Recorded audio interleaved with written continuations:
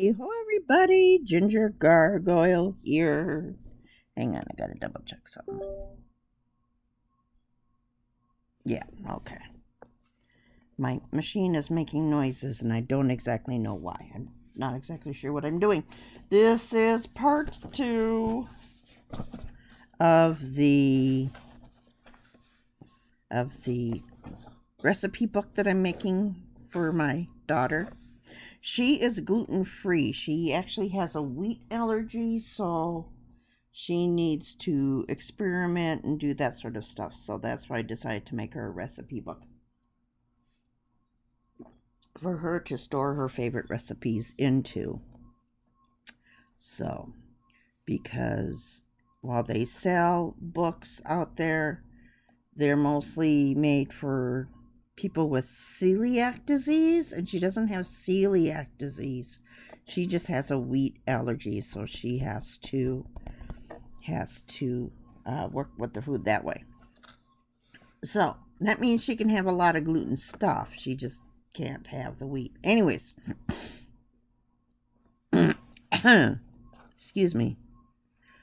So this is part 2. As you saw last time, we cut out the inserts for the book. And this next part was, while it's the easiest, it's also the most time consuming. And it started with the lined paper. Where did I put my other books? I have other books, but I can't find them. Okay, I have composition books. I love composition books. I really do. And so I tend to buy these when they go on clearance at the end of August, beginning of September, right after the back school supply stuff goes on clearance. I tend to buy these. Now this one has, well, let's see if I can't get this to cooperate with me. The ones I buy have 100 sheets. Sometimes I can find them and they've only got 70 sheets. Either one works.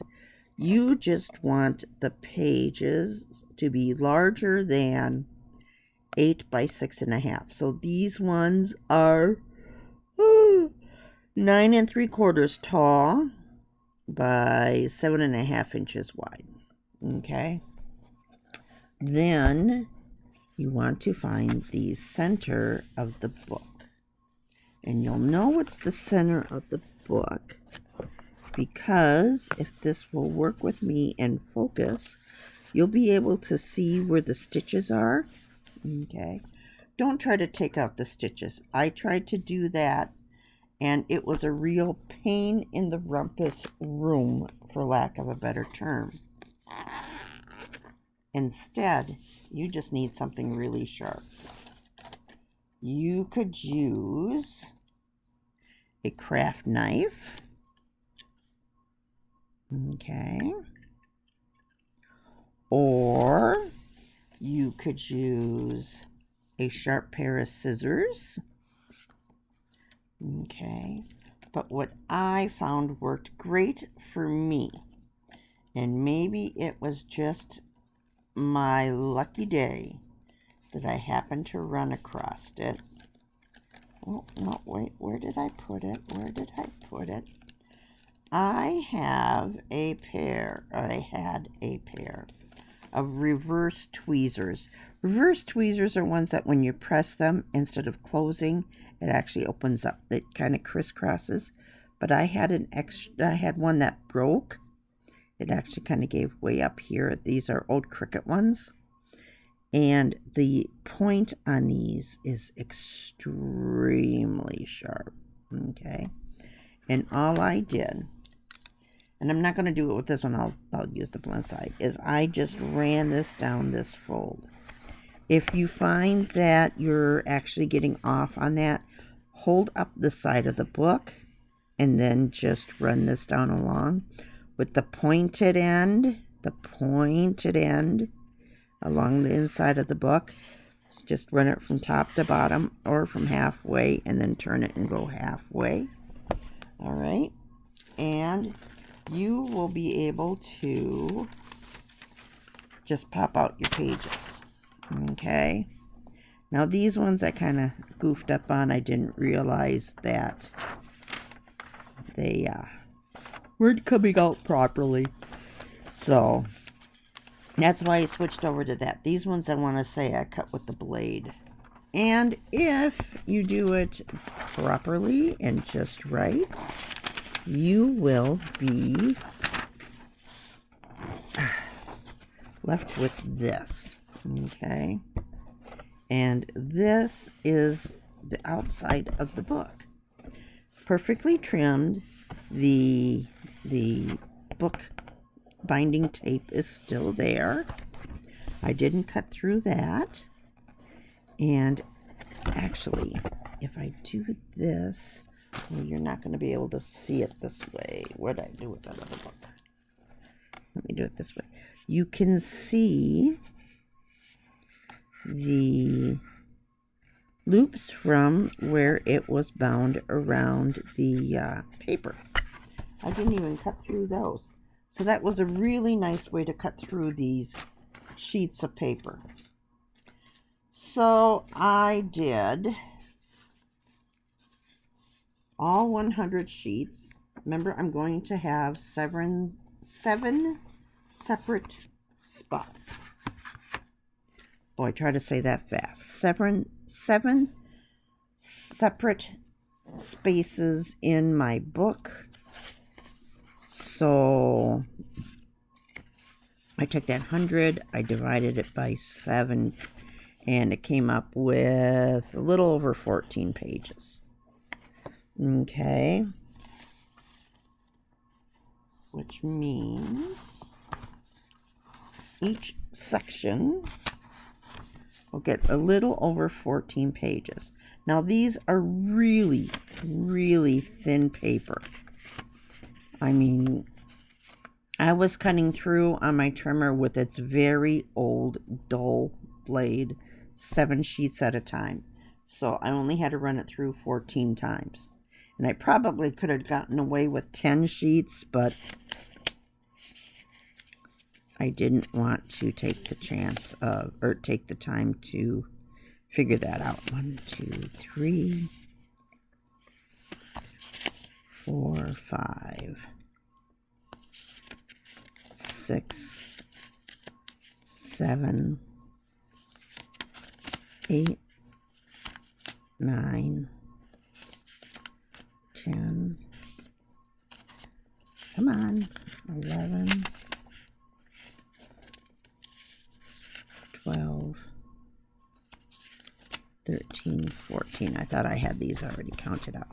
So this is as big as a section will be. It's 14 sheets, so she'll get 28 sides. But you have to remember that these are very thin sheets of paper. Okay, so you want to be careful when you're writing on them, or what you're writing on them with, because it can leach through the other side if you're pressing too hard or whatever. Okay, so now I trimmed these down. Okay, I took the 1/2 inch off the top and the extra pieces off the side. All right, this is, I'm not guaranteeing that this is actually the way that this lined up. I just can't do that because as I did them, I stuffed them all off to the side and I don't know what went where anymore. So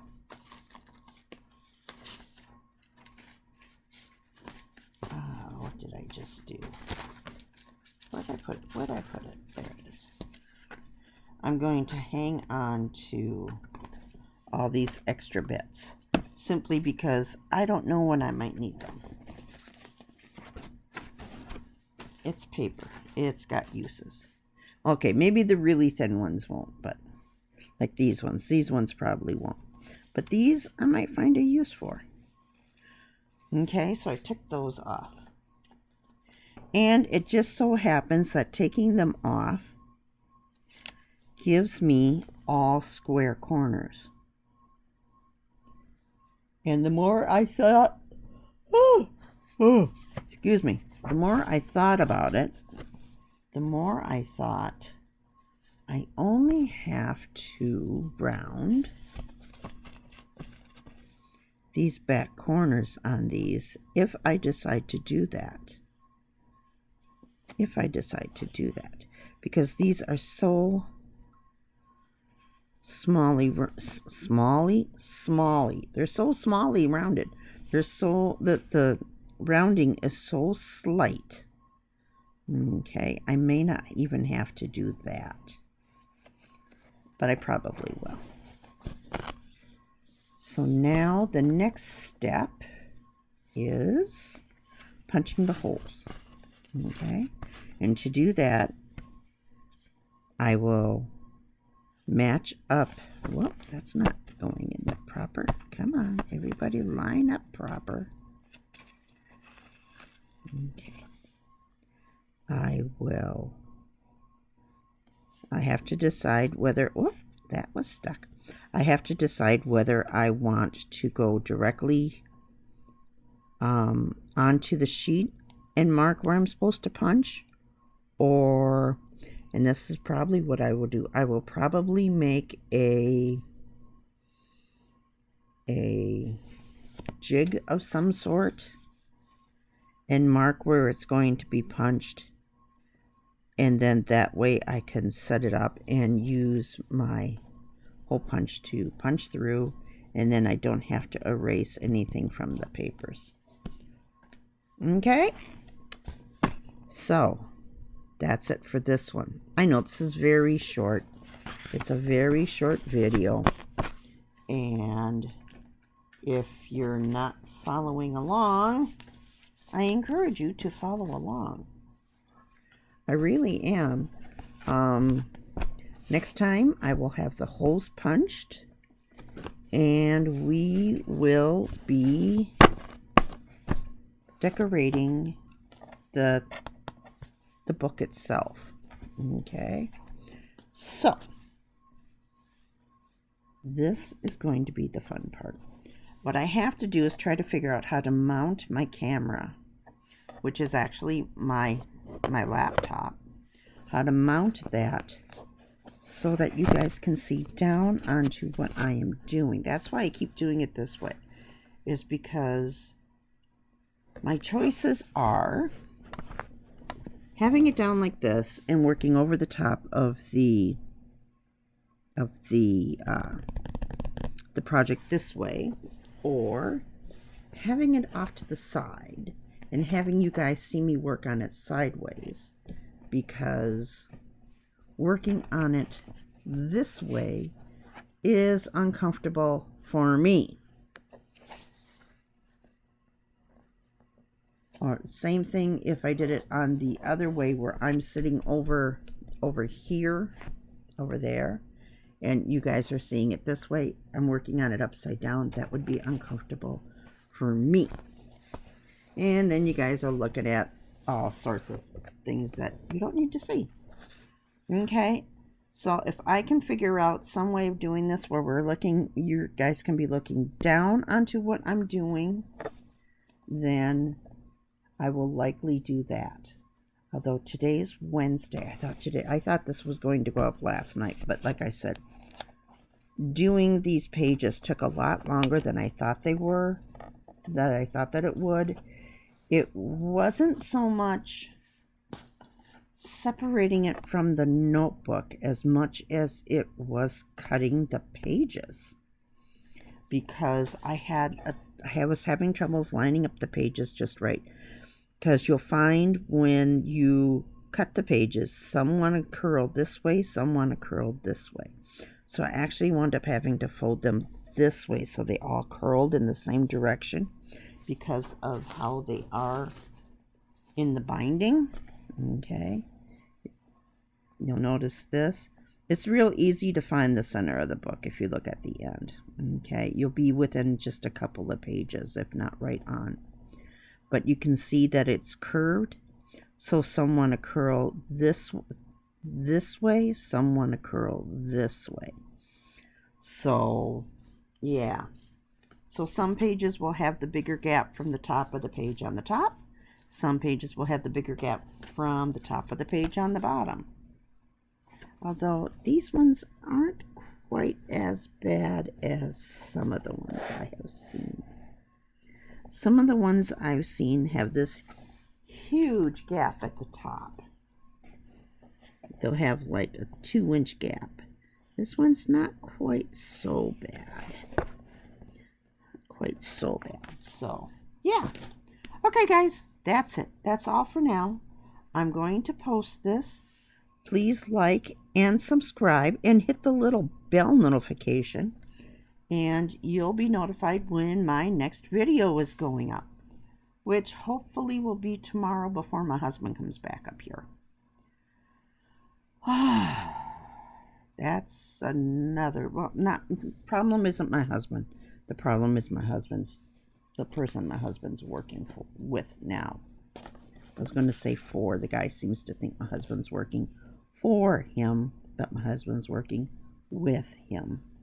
But that's neither here nor there. Okay? So, yeah.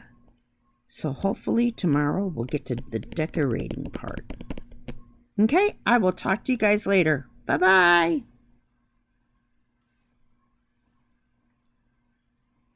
Bye-bye.